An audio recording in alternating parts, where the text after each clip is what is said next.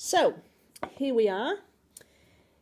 Here's some stitches that I've set up on the needle. I've cast these on with the Twisted German cast-on method, which is a great method. You don't have to do this. You can do an ordinary long-tail cast-on if you wish to. But Twisted German method is great because it produces a nice stretchy cast-on. And I think that the knitting tends to roll less from the cast-on edge with this method. So here I am setting up for my stranded colour work. Those of you that knit right-handed, hold the yarn in the left hand, in your right hand, sorry, however you would ordinarily hold it. Just use your standard yarn hold.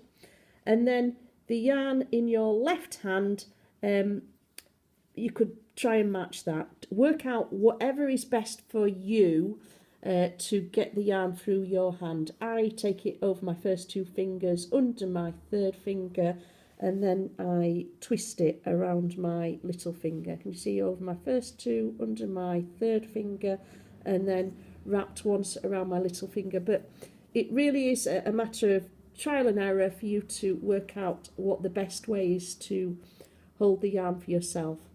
And then we're going to start, the first two stitches are really easy. We're going to do those with your right hand with the yarn that you're holding English style. So 2 English style stitches, knit 2 in your standard manner. And then we're going to start with our first continental stitch. You enter the stitch in exactly the way you would if you were going to knit it with the yarn in your right hand. And then this yarn that's held in your left hand, you need to pick that up with the point of the needle to pull it back through the stitch. So we've entered the stitch and now we're going to pick this yarn up, and you'd go under the yarn from the right hand side of it to pick it up and pull it back through the stitch. There it is, back through, and then drop the stitch from the needle as usual. Can you see that while I was doing that, because that's my first stitch, I was actually pinching the yarn between my thumb and forefinger. I'm going to ignore that phone call.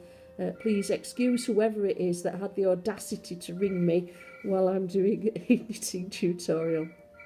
So there it is, the first stitch, and I held the tail of the yarn between my finger and my forefinger, whilst my thumb and forefinger, whilst I was doing that first stitch, and picked up the yarn from between my index finger and my middle finger.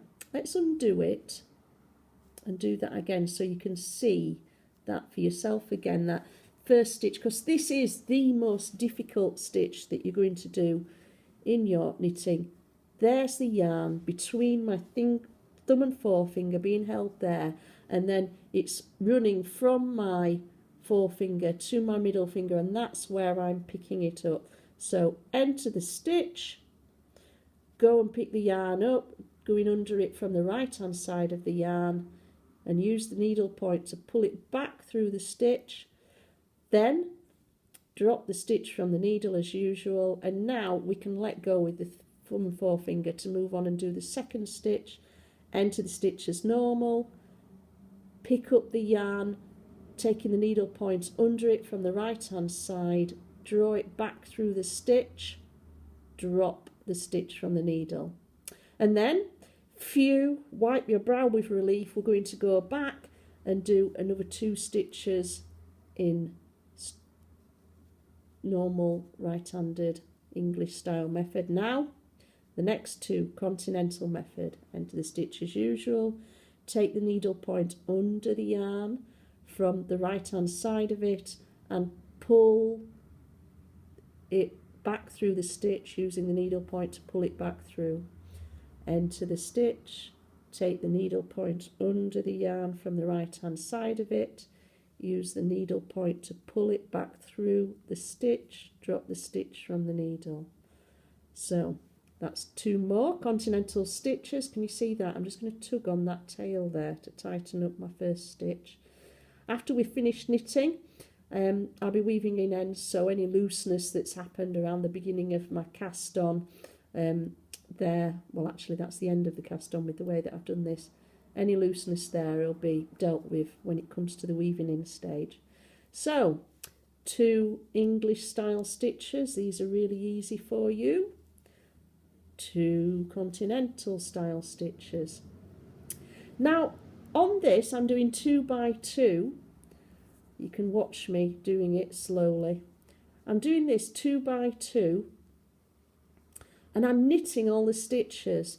This is a tutorial video particularly for our mystery knit along, in which the cuff of the gloves is in corrugated rib. This is one of the styles of corrugated rib. It is 2 by 2, 2 stitches in each colour. Now in the first row, although we haven't instructed this in the pattern, it really works best if you do all the stitches in knit in the very first row or round, if you've already joined for working in the round. I haven't done that yet here. If you start purling straight away, you'll get pips showing where you're joining in, where the first cut you're joining in the false colour, because the contrast colour is being used for the pearls. So you would get a colour problem at the bottom of that. At least that's what I've done in mine. I wonder what Sarah's done. Here we go. Oh, I gave it away there, didn't I? And the last 2 stitches knitted with the Continental held yarn